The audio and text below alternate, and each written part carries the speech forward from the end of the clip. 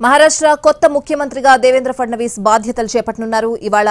BJP LP సమావేశంలో తమ నేతగా ఫడ్నవీస్ ను ఎన్నుకోనున్నారు ఎమ్మెల్యేలు. 10 రోజుల సస్పెన్స్ తర్వాత సీఎం పేరు ఖరారు చేశారు.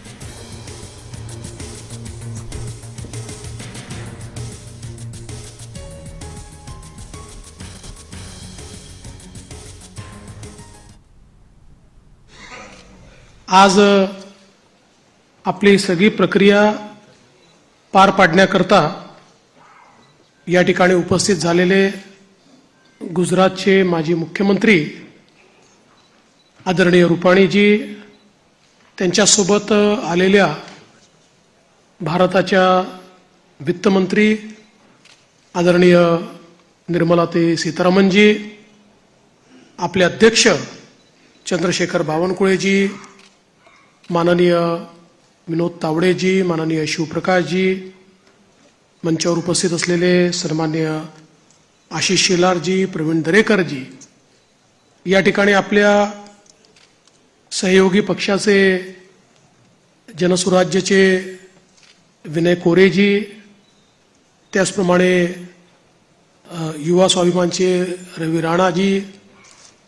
रासपचे रत्नाकर गुट्टेजी,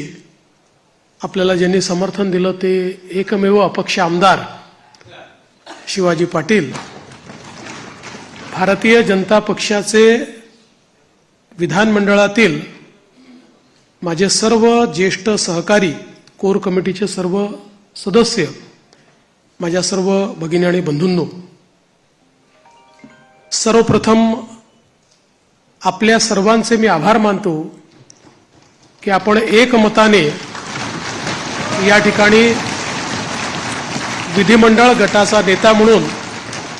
माझी निवड केली आणि ही निवड प्रक्रिया करण्याकरता या ठिकाणी आलेले माननीय रूपाणीजी आणि माननीय निर्मला सीतारामनजी यांचे देखील अतिशय मनापासून मी आभार मानतो. खरं म्हणजे आपल्या सर्वांना याची कल्पना आहे की यावेळची निवडणूक एक अतिशय ऐतिहासिक अशा प्रकारची निवडणूक राहिली आहे आणि या निवडणुकीचं विश्लेषण करायचं झालं तर मी असं म्हणेन की या निवडणुकीने एक गोष्ट आपल्या समोर निश्चितपणे ठेवली आहे, ती म्हणजे एक है तो सेफ है आणि मोदी है तो मुमकिन है. मोदीजींच्या नेतृत्वामध्ये देशामध्ये विजयाची मालिका ही लोकसभेनंतर पुन्हा एकदा हरियाणापासून सुरू झाली आणि महाराष्ट्राने जे मॅन्डेट या ठिकाणी आपल्याला दिलेलं आहे, खरं म्हणजे महाराष्ट्राच्या जनतेला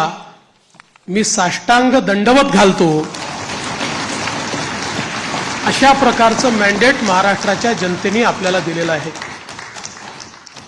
विशेषतः या संपूर्ण प्रक्रियेमध्ये आपल्या सोबत पूर्णपणे तनमनाने या ठिकाणी असलेले महाराष्ट्राचे मुख्यमंत्री माननीय एकनाथराव शिंदेजी आणि महाराष्ट्राचे उपमुख्यमंत्री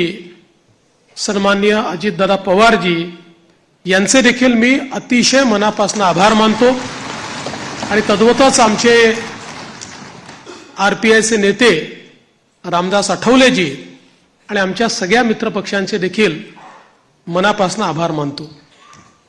खरं म्हणजे अतिशय महत्त्वाचं अशा प्रकारचे वर्ष आहे. एकीकडे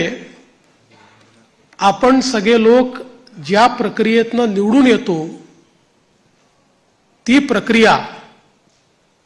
ज्या संविधानाने आपल्याला दिली, भारतरत्न डॉक्टर बाबासाहेब आंबेडकरांनी तयार केलेलं आमचे संविधान, या संविधानाची 75